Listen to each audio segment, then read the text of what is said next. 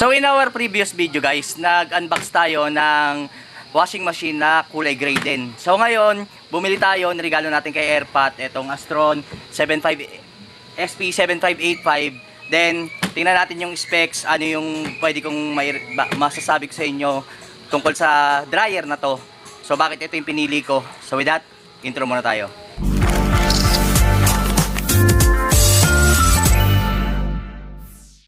So guys, yung unboxing nito, ayan, flash na lang natin sa screen. Si Airpat ang nagbukas, hindi ako. So, tara, explore natin ano yung specs nito para may idea kayo kung bibilin nyo. Well, nabili ko to ng 2060 something, 2060.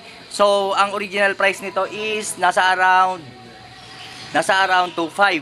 So, gumamit lang tayo ng voucher. Lagay na lang natin sa description box yung link ng item na to kung gusto nyo rin bumili. But then, panoorin nyo muna kung makukumbinsi ba kayo kung gusto nyo o hindi. So with that, tara, simulan na natin. So guys, we have here 7.5 kg. Meron tayong hawak na metro para makita nyo yung exact na detail ng size nya.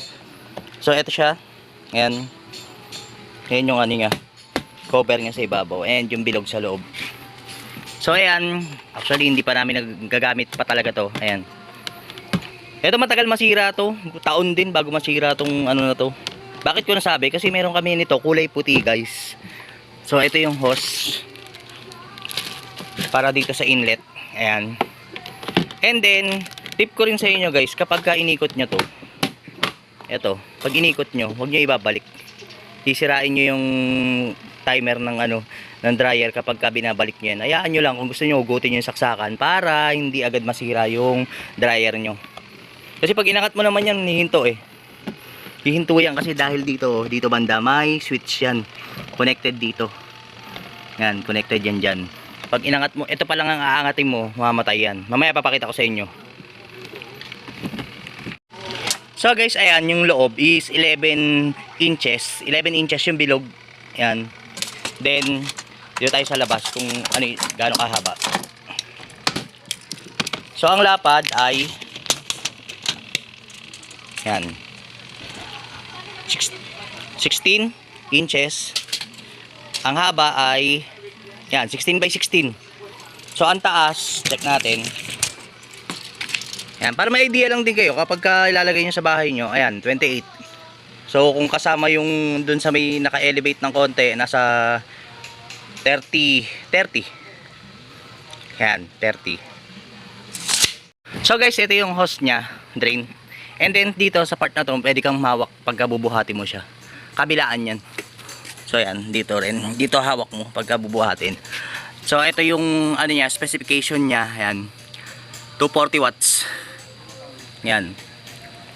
So guys, yung ganito namin is mabot na rin ng taon bago mag-pandemic. Buhay pa up until now. Kapag pipili kayo ng dryer, pisain nyo rito. Kapag nakita nyo matigas, ibig sabihin maganda yung spring niya. Hindi masyadong yung ganon, kalampag, pagka ano. Ito matagal to bago kumalampag. Kumalampag man to, hindi agad nasisira yung ano, ayan o. Tsaka, gandang klase. Hindi ka mapahiya. Okay naman. Kaya nga nire-recommend ko rin naman sa inyo. But then, pagdating sa kumot, medyo mahirapan siya pag 2 piraso na. Yun lang ang encounter ko dito. Pagka kumot na medyo malaki, nahirapan na siya pag 2 piraso. Pero all goods. So ayan siya, pagka inangat mo, hinto yan, pepreno. Bukod pa rito sa ano, sa yan nakalagay dyan na switch, may preno pa to. So pag binaba mo, andar uli siya. Ayan.